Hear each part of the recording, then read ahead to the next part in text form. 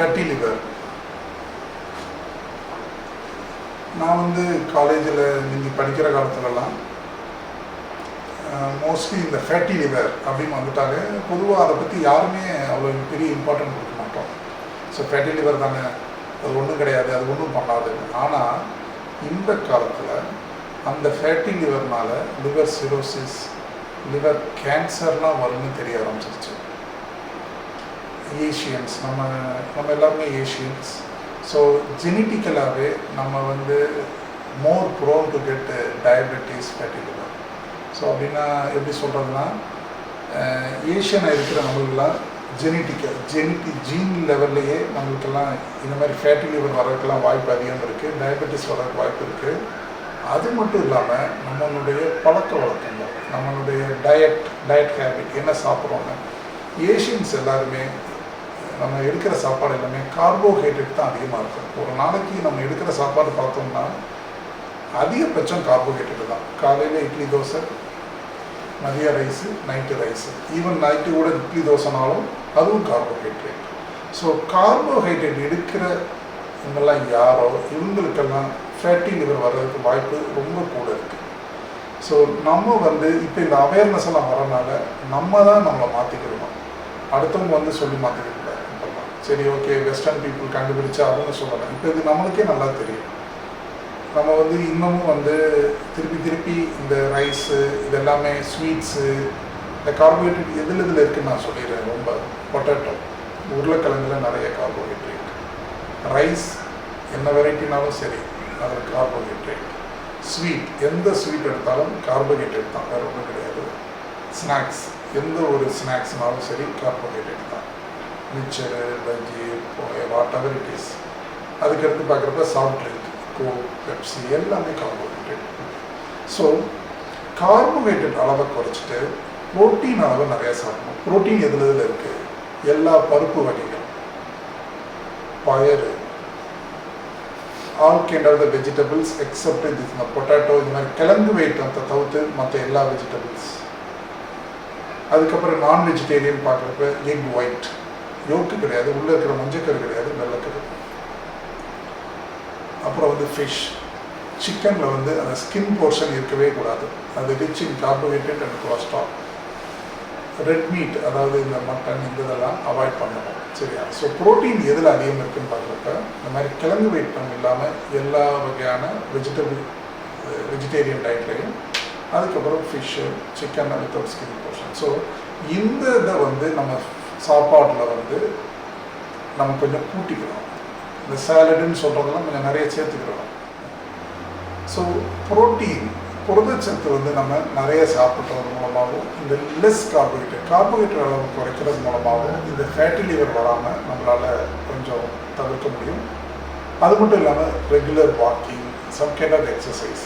இந்த காலத்தில் வந்து நம்ம எல்லாருமே sedentary lifestyle. Okay, so mostly வந்து என்னதான் நம்ம ஓடியாடி வேலை செஞ்சாலும் அந்த அளவுக்கு வந்து ஏற்ற மாதிரி நம்ம சாப்பிட்றது கிடையாது. நம்ம எப்படியாவது நம்ம வேலையை விட, நம்ம வேலை செய்கிற ஃபிசிக்கல் ஆக்டிவிட்டிக்கு தேவைப்படுறதை விட அதிகமாக தான் நம்ம வந்து ஃபுட்டு நம்மளை அறியாமல் சாப்பிட்டு தான் இருக்கோம்.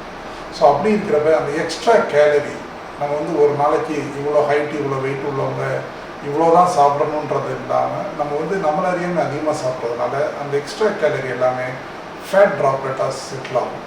சிலது வந்து இந்த இரத்த குழாய் அதில் தான் ஃபஸ்ட்டு செட்டில் ஆகும். ஸோ அந்த கரோனரி, இந்த ஹார்ட்டுக்கு போகிற வெசலில் செட்டில் ஆகிறப்ப அதனால கார்டியக் ப்ராப்ளம் வரும். பிரெயினுக்கு கரோட்டிட்னு சொல்லுவோம், அதில் போய் செட்டில் ஆகிறப்ப பிரெயினுடைய ஃபங்க்ஷன்லாம் மாறும். லிவரில் செட்டில் ஆகிறத வந்து நம்ம ஃபேட்டி லிவர்னு சொல்லுவோம்.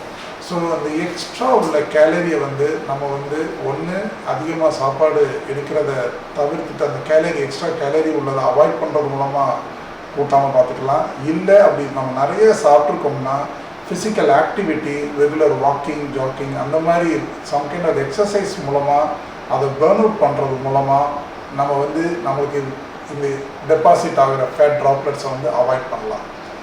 இப்படி இல்லாமல் இருந்துட்டோம்னா இந்த லிவரை பொறுத்தவரை அந்த ட்ராப்லெட்ஸ், அந்த ஃபேட் ட்ராப்லெட்ஸ் எல்லாம் டெபாசிட் ஆகிறது கொஞ்சம் கொஞ்சமாக அந்த லிவருடைய ஃபங்க்ஷனை பாதித்து லிவர் சிரோசிஸ் ஆகுது, லிவர் கேன்சராக ஆகுது. அதனால தான் என்ன ஆகுதுன்னா சில பேர் பேஷண்ட் ஃபேமிலி என்ற வரப்போ பர்டிகுலர் லேடிஸு இருக்கட்டும் மற்றவங்களாக இருக்கட்டும், அவங்களுக்கு எந்த ஒரு பழக்க வழக்கமும் இல்லை, இருந்தாலும் லிவர் சிரோசிஸ் வருது, லிவர் கெட்டு போச்சு, ஏன் கெட்டு போச்சுன்னே தெரில, இத்தனைக்கு நான் பியூர் வெஜிடேரியன், எனக்கு எதுக்கு லிவர் கெட்டு போச்சுன்னு தெரியுவாங்க.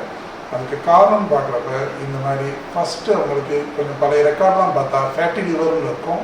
அந்த ஃபேட்டி லிவர் கொஞ்சம் கொஞ்சமாக லிவர் சிரோசிஸ், லிவர் கேன்சராக மாற்றுது. ஸோ இந்த ஒரு ஸ்டேஜில் தான் அவங்க நம்மகிட்ட வர்றாங்க. இதில் ஒரு நல்ல விஷயம் என்னென்னா, இந்த ஃபேட்டி லிவர்ன்றது கம்ப்ளீட்லி நார்மல் லிவர் ஆகிறதுக்கு வாய்ப்பு 100% இருக்குது. ஸோ ஃபேட்டி லிவர்னு நமக்கு தெரிஞ்சாலே நீங்கள் ரொட்டீன் ஸ்க்ரீனிங் பண்ணிக்கோங்க. உங்களோட வருஷத்துக்கு ஒருக்கையாவது லிவர் ஃபங்க்ஷன் டெஸ்ட் பண்ணுங்கள், ஸ்கேன் பண்ணுங்கள். ஃபேட்டி லிவர்னு வந்துருச்சுன்னா regular daily some kind of exercise or walking பண்ணுங்கள். கார்போஹைட்ரேட் நிறைய உள்ள, நான் முதல்ல சொன்ன மாதிரி பொட்டேட்டோ, ரைஸ், ஸ்வீட்ஸ், ஸ்நாக்ஸ் அதை மாத்திரம் கொஞ்சம் குறைச்சிக்கோங்க. இப்படி பண்ணுறது மூலமாக ஒரு 3 மாதம் இல்லை 6 மாதம் இல்லை மேக்ஸிமம் 1 வருஷம் இந்த இதுக்குள்ளே இந்த ஃபேட்டி லிவர் வந்து நார்மல் லிவராக கன்வெர்ட் ஆகிடும். இப்படி இல்லாமல் இருக்கிறப்ப தான் அந்த ஃபேட்டி லிவர்னால லிவர் சிரோசிஸ் வந்து லிவர் கேன்சர் வந்து அதுக்கப்புறம் வந்து ட்ரீட்மெண்ட் வர்றப்ப அதுக்கப்புறம் வந்து என்னதான் டயட்டை குறைச்சாலும் என்னதான் எக்ஸசைஸ் பண்ணாலும் அது வந்து இர்ரிவர்சிபிள் டேமேஜ், பெர்மனண்ட் டேமேஜ் ஆன செல்லால் நார்மல் செல்லாக மாற முடியாது. இந்த ஃபேட்டி லிவர் எதனால வருது அப்படின்னு பார்க்குறப்ப நான் முதல் சொன்ன மாதிரி டயபெட்டிஸ், சுகர் உள்ளவங்களுக்கு அதிகமாக ஃபேட்டி லிவர் இருக்குது. அது இல்லாமல் ஓவர் வெயிட், பாடி ஒபிசிட்டி அவங்களுக்கு இருக்குது. கொலஸ்ட்ரால் அதிகமாக ரத்தத்தில் உள்ளவங்களுக்கு இருக்குது. தைராய்டு ப்ராப்ளம் உள்ளவங்களுக்கு இருக்குது. அது இல்லாமல் சில ட்ரக்ஸுனால இந்த ஃபேட்டி லிவர் வரலாம். இதெல்லாம் நான் சொல்கிறது ஆல்கஹால்னால வர ஃபேட்டி லிவர் இல்லாமல், ஓகே, ஆல்கஹால் உள்ளவங்களுக்கு கட்டாயம் ஃபேட்டி லிவர் வரும். அது இல்லாமல் அது குடிக்காமல் இருக்கிறவங்களுக்கு ஃபேட்டி லிவர் வர்றதுக்காக காரணம் தான் இந்த இது. இப்போ ஓவர் வெயிட் இருக்கா இல்லையா, எப்படி கண்டுபிடிக்கிறது? அதுக்கு சிம்பிள் ஃபார்முலா வந்து ஹைட் மைனஸ் 100ன்னு சொல்லுவோம். இப்போ என்னுடைய ஹைட் வந்து 180 சென்டிமீட்டர். என்னுடைய வெயிட் எவ்வளோ இருக்கணும்னா 180 மைனஸ் 100. ஸோ என்னுடைய வெயிட் வந்து 80 கிலோ. இதுதான் ஐடியல் பாடி வெயிட்னு சொல்லுவோம். ஸோ இப்போ ஒருத்தவங்களுக்கு 165 சென்டிமீட்டர் ஹைட்டுனா 165 minus 100 is equal to 65. 65 kilo will be the ideal body weight. So 170 சென்டிமீட்டர்னா 170 கிலோ. ஸோ இப்படி எந்த ஒரு ஹைட் வந்து சென்டிமீட்டரில் வச்சுக்கணும். சென்டிமீட்டர் வச்சு பார்க்குறப்ப 100 மைனஸ் பண்ணுறப்ப வரக்கூடிய நம்பர் தான் அவங்களுடைய பாடி வெயிட். ஸோ இப்போ நம்ம எல்லாம் செக் பண்ணி பார்க்குறப்ப ஒரு மேக்ஸிமம் 5 கிலோ வர கூட ஒரு எக்ஸப்ஷன் வச்சுக்கலாம். ஓகே, ஒரு 165 சென்டிமீட்டர் இருக்குது, 65 கிலோ, மேக்ஸிமம் 70 கிலோ கூட அக்செப்ட் பண்ணிக்கலாம். பட் எப்போ வந்து +5 அதுக்கு மேலே 5க்கு மேலே வந்து எவ்வளோ பேருக்கு வெயிட்டு போகுதோ அது எல்லாமே ஒபிசிட்டின்னு சொல்லுவோம், ஓவர் வெயிட். அந்த மாதிரி ஏன் ஓவர் வெயிட் வருதுன்னு பார்க்குறப்ப நம்ம பாடியில் வந்து நம்மளை அறியாமையே அதிகமாக கேலரியை வந்து ஸ்டோர் பண்ணிக்கிட்டே இருக்கிறோம். நம்ம வேலைக்கு மீறிய நம்மளுடைய டெய்லி ஆக்டிவிட்டிக்கு தேவையான கலரிக்கு மேலே நம்ம சாப்பிட்றதுனால அது எல்லாம் வந்து கொஞ்சம் கொஞ்சமாக கொலஸ்ட்ராலாக டெபாசிட் ஆகி அதனால தான் ஓவர் வெயிட். இப்படி ஓவர் வெயிட் இருக்கிறதுனால நம்ம நினைக்கிற மாதிரி ஹார்ட் ப்ராப்ளமோ ஃபேட்டி லிவரோ இதெல்லாம் கிடையாது. இது இல்லாமல் எல்லா தொந்தரவும் வரும். ஜாயிண்ட் பெயின் வரும், ப்ரீத்திங் ப்ராப்ளம் வரும், இது மாதிரி நிறைய ப்ராப்ளம் இருக்குது. ஸோ இந்த மாதிரி நம்ம சிம்பிள் அந்த ஃபார்முலா எல்லோரும் யூஸ் பண்ணுங்கள். அந்த இதில் என்ன நம்பர் வருதோ அந்த இதை எய்ம் பண்ணி நம்மளுடைய ஃபிசிக்கல் ஆக்டிவிட்டியை கூட்டிக்கிறணும். அது கரெக்டாக நமக்கு நார்மலாக இருந்தால் அதையே மெயின்டைன் பண்ண பார்க்கணும். இப்படி இருக்கிறது மூலமாக இந்த ஒபிசிட்டி, ஓவர் வெயிட்டு விட கூடுதல்னால வரக்கூடிய ஃபேட்டி லிவரை நம்ம தவிர்க்கலாம்.